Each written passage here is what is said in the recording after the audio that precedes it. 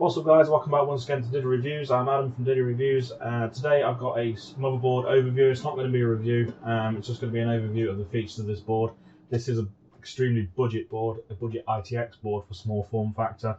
This is the Gigabyte A520i AC, which can run AMD 3rd gen Ryzen 5000 and below, I assume. This is the A520 chipset. So it is, like I say, a budget board. It's the ultra durable from Gigabyte, and basically I'm going to be using this soon for my own custom case build, and I'm going to be using an APU, the 5600G. I'm doing like an emulation PC slash really light gaming PC. So I just thought I'd give you an overview of this. I can't imagine many people do this sort of board on YouTube because it's not that popular. But I'll give you an overview of basically the features of this board, and we'll show you what you get and basically the features of it, so you have a little bit more information about it. Right, so as I mentioned in the intro to this video, this is the Gigabyte A520i AC. It's an ITX motherboard for AM4 socket A520 chipset, and it is 5000 desktop ready, although you may need a BIOS update if it's not at the standard BIOS that you need, but it should be ready to go as it's quite a newish board. We'll talk about what's included in the package. There won't be a lot, but we'll also talk about the features of this board. We'll have a quick look at the packaging. So we've got 6 phases digital PWM solution from Dr. Moss. Digital phases, sorry.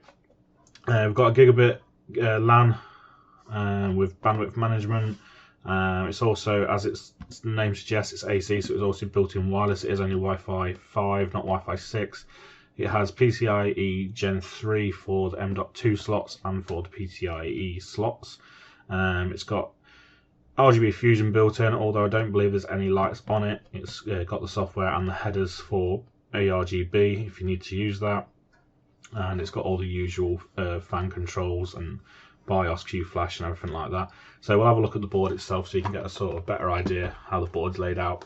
This is the motherboard itself. Quite a nice looking little motherboard.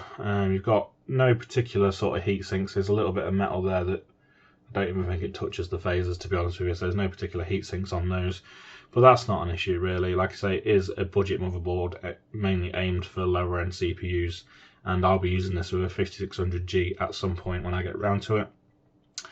So let's take you through the top of the motherboard. Up here you've got 8-pin EPS connection and pretty much nothing else at the top. There's nothing going off there. You've got your standard AM4 bracket fitted, which you'll use obviously for their included coolers, and some aftermarket coolers use that as well, but mostly people will be taking that off and putting their own cooler on, I would assume. 2 DIMM slots for DDR4 RAM. Obviously it's DDR4 because this isn't AM5, this is DDR4 slots.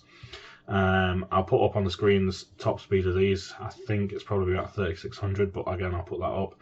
24-pin ATX as standard, obviously socket in the middle, which is normal. Down the side here we have your front panel connectors here, and we also have a speaker connector there if you want to connect a speaker to it for obviously error codes or whatnot. We've got 4 SATA ports here. Next to that we've got a USB 3.2 header, obviously going for your case. Up here we've got an 4-pin 12-volt RGB header, so you can use old RGB on this as well. And then we've got a fan header here, so system fan 1. And then down here we've got another USB connector for USB 2.0, I believe. So you've got plenty of USB support on this. At the bottom we've got your single PCIe 3.0 PCIe Gen 3 slot for your graphics card or other peripherals, whatever you want to use there. Like I say, this will be used in a APU build, so I won't be using that for a GPU.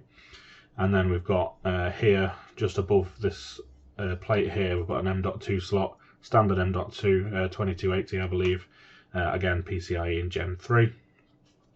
Coming around to the bottom, we've got this little connection here, which I think is where that cable goes.